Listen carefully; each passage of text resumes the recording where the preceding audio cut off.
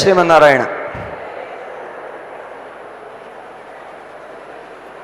భక్తులందరూ ఒకచోట కలుసుకోవడాన్ని కాలక్షేప గోష్ఠి అంటారు. కాలక్షేపం అంటే టైంపాస్, అందరికీ తెలుసు కదా. అది కాదు అర్థం.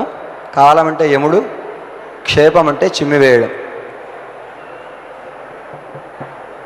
అనవసరపు విషయాల నుంచి మనని మనం రక్షించుకోవడానికి మనం పట్టుకోవాల్సింది భగవంతుడి యొక్క నామాన్ని. మనసార హరిభజన చేయరా, నోరార నారాయణాయనరా. నాకు రాగం రాదు, పాట రాదు, తాళం రాదు అంటే అవన్నీ అక్కర్లేదండి.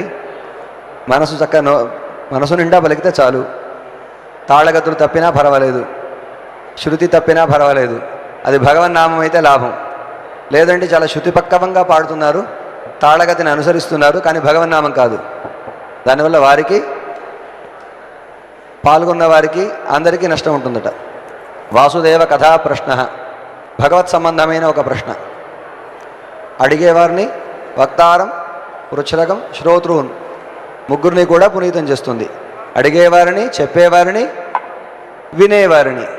తత్పాద సలిలం యథా, భగవంతుడి పాదాల నుంచి ఉద్భవించిన గంగమ్మలో మునిగితే తాను తన ముందు అటు నాన్నగారు ఇటు కుమారుడు 3 తరాలు పునీతులవుతారట. అట్లా భగవన్నామ సంకీర్తనం చేస్తే ఏమవుతుంది? పాపాలు పటాపంచలైపోతాయి. హరినామ సంకీర్తనం చేయాలి. నా భక్తులు ఇలా ఉంటారు అని కృష్ణ పరమాత్మ చెప్తారు భగవద్గీతలో. ఏం చేస్తారు వాళ్ళు?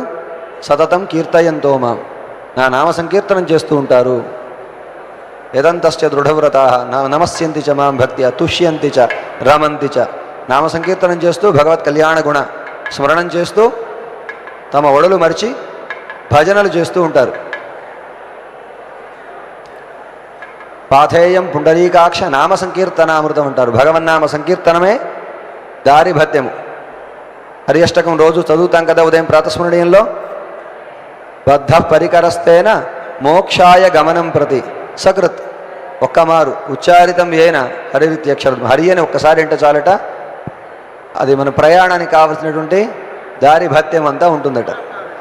ఈ లోకంలో మనమంతా సంపాదించేటువంటి సంపాదన కానీ, కండబలం కానీ, బుద్ధిబలం కానీ, అందం కానీ, బలగం కానీ, ఇవన్నీ నా నిజమైన బలం అనుకుంటాం. కానీ ఇది అజ్ఞానం చేత. నిజమైన జ్ఞాన సంపన్నులంతా ఏమనుకుంటారు? ఎవడరా నీ బలం అని ప్రహ్లాదుని అడిగాడు హిరణ్యకశిపుడు. బలయుతులకు దుర్బలులకు బలమివ్వడు, నీకు నాకు బ్రహ్మాదులకు బలమివ్వడు. ఈ సకల ప్రాణులకు ఎవరు బలమో ఆయనే నా బలం. ఇలా భగవంతుడే నా బలం. భగవంతుడి యొక్క సేవగా నేను ఈ పని చేస్తున్నాను. భగవంతుడే నాతో చేయిస్తున్నాడు. భగవంతుడి సంతోషం కోసం. నేను, నాది, నా కొరకు. త్రివిధం నరకస్యైతద్ ద్వారం అంటారు. నరకానికి 3 దారులు. నేను, నాది, నా కొరకు అనడమట. మళ్ళీ అనకుండా ఎలా ఉంటాం? నేను తెచ్చానండి దేవుడికి పండు, అందులో నేను ఉంది. నాకు చాలా సంతోషం వేసిందండి బ్రహ్మోత్సవంలో పాల్గొంటే, నాకు ఉంది. సో నేను, నాది, నా కొరకు లేకుండా ఎలా ఉంటుంది? కానీ అది ఉంటే విషమట, 2 అక్షరాలు. అందుకోసం మమ అంటే పూజలలో నా మమ అనిపిస్తుంటారు. కొన్ని కాయిన్స్, అక్షతలు తీసుకొని నమమ అనండి అని కొన్ని నీళ్లు పోసి ప్లేట్లో వదిలిస్తారు. అంటే వదలడం నేర్చుకోవాలి, అనుభవించాలి. తేన త్యక్తేన భుంజీతాహ, అనుభవించండి. కానీ ఇదంతా ఎవరి సొత్తో తెలుసుకోండి. ఈ కనిపిస్తున్న జగత్తంతా కూడా ఎవరు? ఒక ఇంట్లో వసతులన్నీ మనకు ఉన్నాయనుకోండి. ఇంట్లో ఫ్రిడ్జు, స్టవ్, ఇంటర్నెట్, టీవీ ఇవన్నీ ఉన్నాయి. ఏది మనం పుట్టగానే ఎవరిచ్చినట్లు? నాన్నగారు, అమ్మ. సో ఇప్పుడు నా ఇంట్లో ఉన్న వస్తువులన్నీ నేను తినడానికి యోగ్యత నాకున్నట్టు ఎప్పుడు? నేను ఆ అమ్మ నాన్నగారికి చెందిన వాడిని అని తెలుసుకుంటే. ఆస్తి కావాలి కానీ అమ్మా నాన్న వద్దు అనే వాళ్ళు ఉంటారు కదా, వాళ్ళంతా బద్దులు.